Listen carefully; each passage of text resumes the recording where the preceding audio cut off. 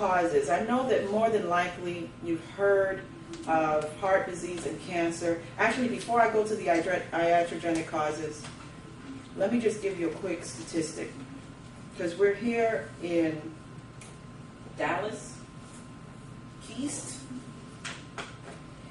and this is some information that I think will definitely benefit those of us that are here, provided our demographic, okay? 4 out of 10 African Americans have cardiovascular disease. Among African Americans, 44.6% of men and 49% of women have cardiovascular disease.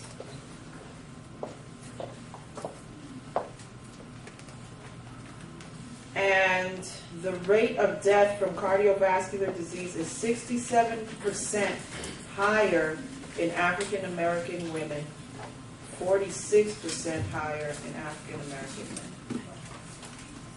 Those are staggering numbers, okay? And we'll get into it a little bit more, but the sad thing is that it can be prevented. So we're putting ourselves at such risk when if we just change how we approach our health, it can completely alter these numbers here. Iatrogenic causes, what does it mean, Dr. Petrie? Good Lord. It is defined as induced in a patient by a physician's activity, manner, or therapy, normally a complication of treatment. So what that means is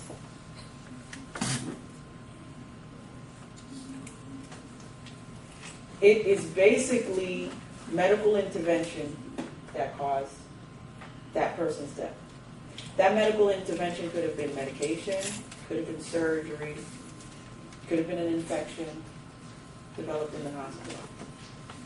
So there's an average of 225,000 deaths per year as a result of medical intervention. All right? Of that 225,000, 106,000 were from non-error, meaning that the doctor made no mistake. The doctor didn't do any type of malpractice. It was the protocol treatment that was administered and the person still passed away. Well, it makes sense. Your body, you don't have a headache because you have a deficiency of Tylenol, do you? Does your body have a deficiency of Advil? Okay? Now, don't get me wrong, because I know, like Bishop Jake says, you got to cover all of the bases. I am not saying that medicine is the enemy and, you know, we should just throw all of the medication and surgeries out the window.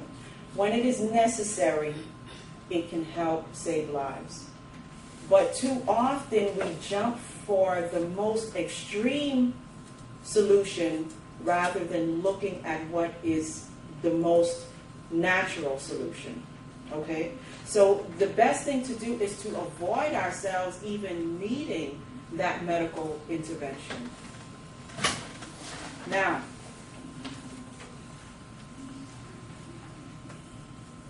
the World Health Organization defines health as a state of complete physical, mental, and social well-being, and not merely the absence of disease or infirmity.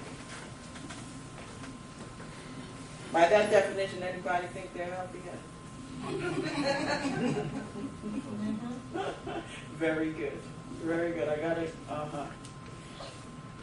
Especially with the state that we're in right now in the United States, health insurance is extremely high. I see deductibles in my office, $3,000, $4,000 for a deductible, which means you have to pay that before the insurance company. Yeah, if it's something small, you may as well pay cash. Before the insurance company even pays anything, you have to pay that out. All right? So, thank you for coming in the United States, there is no doubt we are on the leading edge when it comes to surgeries and medications. We have people flying in from other countries for surgeries. So you would think that that would make the United States healthier, wouldn't you? That would make sense to me. You know, you're on cutting edge with technology, and so you should expect people to be healthier in the United States. Yet a recent study by a doctor at Johns Hopkins University, out of 13 countries, the United States, anyone want to guess where the United States ranks? This is on health. 13. That's a good guess. She was like, I'm getting this one. You are close. You're very close. 12. Health. Now, when it comes to technology and surgery, the United States is second only to Japan. But when it comes to health, we ranked 12. That's just out of 13 countries. Yeah. It just doesn't make sense, does it? It doesn't make sense to me. I mean, good Lord, you can go in for a surgery would cost, let's say, for low back surgery, $80,000, $90,000 for low back surgery, and that's just the surgery. That's not the rehab. That's not the time off work. So we have all of this immense wealth. Depending on who you're talking to, they may beg to differ in the United States. You would think that with all of this technology and with all of these advancements, that we would be at a healthier position. But the fact of the matter is, we in the United States think too much of fix it when it comes versus avoid it even coming. All right? So, all right, Dr. Beach, you just laid it all down on us. We're not healthy. What do we do? Okay? Now, I'm not saying that you all in here are not healthy, because obviously there's a quest for, or a thirst for some type of knowledge to make sure that you're making the right decisions. Otherwise, you would not be in this class. But like everything else, it is important to understand the purpose of a thing so that there's less of an opportunity to abuse it. Okay? So what we're going to do is we're going to discuss the purpose of our bodies. Ready? Anybody ready? Yes. All right, good deal, y'all. You know, don't ask me any questions yet, but definitely respond, you know. Let's discuss the beginning of human development.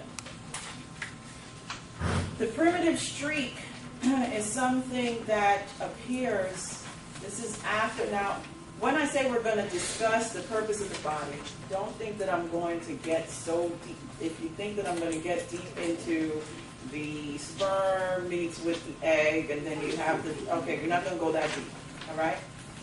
But we are going to get a better understanding as to how the body is developed and what the purpose of these organ systems are within the body, all right? So the primitive streak, something that I find that's amazing. As a doctor, there is no way that I can say that there is no God, because I see it day in and day out that our bodies were so intelligently designed. There is no way it could have just been a happenstance, all right? The primitive streak, what's interesting about the primitive streak is all those that remember Sunday school, when it says God said, let there be light, and there was light, all right? So he created the world by communication. Would that be fair to say? Yes. All right, because he spoke it and it was. Right? All right. Well, wouldn't it make sense that if he created the human body, that the first system that appears happens to be involved in communication too? That would make sense, wouldn't it? It makes sense to me. Well, the primitive streak is actually a nervous system. Yeah. They're not interesting.